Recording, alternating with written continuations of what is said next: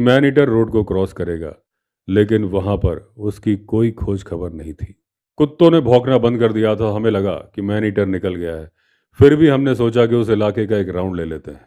सड़क के ऊपर अपनी इलेक्ट्रिक टॉर्च मारते हुए हम घूम रहे थे। पूरा एक राउंड ले लिया, कुछ भी नजर नहीं आया।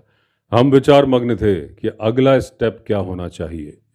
हमें लगा कि यह भी हो सकता है कि क्योंकि अब कुत्ते शांत हो गए हैं तो उस रोड से लेपर्ड नीचे की तरफ चला गया होगा, जिस गांव में वो जाना चाहता था।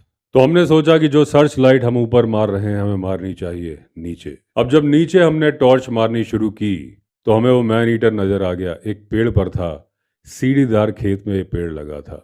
ये पेड़ और वो आदमखोर हमसे 50 गज की दूरी पर था, और जिस ऊंचाई पर हम खड़े थे वहां से 100 फीट नीचे था। मैन ईटर एक घर की तरफ देख रहा था जो उस पेड़ से करीब 20 गज की नीचाई पर था। अब उस आदमखोर का पिछला हिस्सा हमारी तरफ था, और जैसा कि मैं आपको पहले बता चुका हूं कि फॉरेस्ट डिपार्टमेंट ने जो हमें ड्राइवर दिया था वो कोई एक्सपर्ट ड्राइवर नहीं था इस तरह की रोड पर गाड़ी चलाने के लिए। अब जब उस ड्राइवर को हमने गाड़ी रोकने के लिए कहा तो उसने गाड़ी रोकी तो जरूर, वहां रोकी जहां से वो लेपर्ड को देख पा रहा था। हम लोग जीप में पीछे बैठे थे, हमें वो लेपर्ड नजर नहीं आ रहा था। अब जब हमने फुसफुसा के उसे बोला कि थोड़ा गाड़ी पीछे करो, उसने गाड़ी पीछे की, लेकिन वो फुसफुसाहट आदमखोर ने सुन ली और वो पेड़ से नीचे उतर गया। 10-15 मिनट तक हम सर्च लाइट से उसे ढूंढते रहे। फिर हमें वो नजर आया, उसी खेत पर। अब वो आदमखोर हमारी तरफ देख रहा था, हम केवल उसकी आंखें देख पा रहे थे। बाकी के उसका शरीर उस सीढ़ीदार खेत के नीचे था। हमें सिर्फ आंखें ही दिख रही थी। वो लगातार हमारी तरफ देखे जा रहा था। वो जानने की कोशिश कर रहा था कि आखिर यह हरकत क्या हो रही है, ये माजरा क्या है। अब क्योंकि अगले दिन हमें वापस जाना था, हमारा प्रेस से रिलेटेड कार्य हमें देखना था, तो हमने सोचा आखिरी मौका है, मार दो चौका।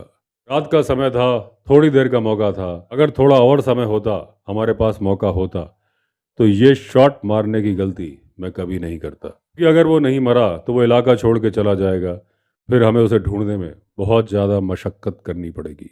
तो मैंने भगवान का नाम लिया और उसकी दोनों आंखों के बीच में निशाना लगा के चला दी गोली। गोली चलाने के बाद आदमखोर का कोई नामो निशान नहीं मिला।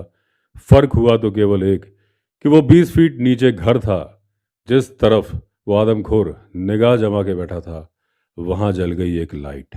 हमने चिल्ला के बोला उस घर के मालिक से कि घर के बाहर मत निकलना और वो लाइट भी मत बुझाना। हमने उस आदमी से चिल्ला के बोला कि तुम्हारे घर की तरफ आने का रास्ता कहाँ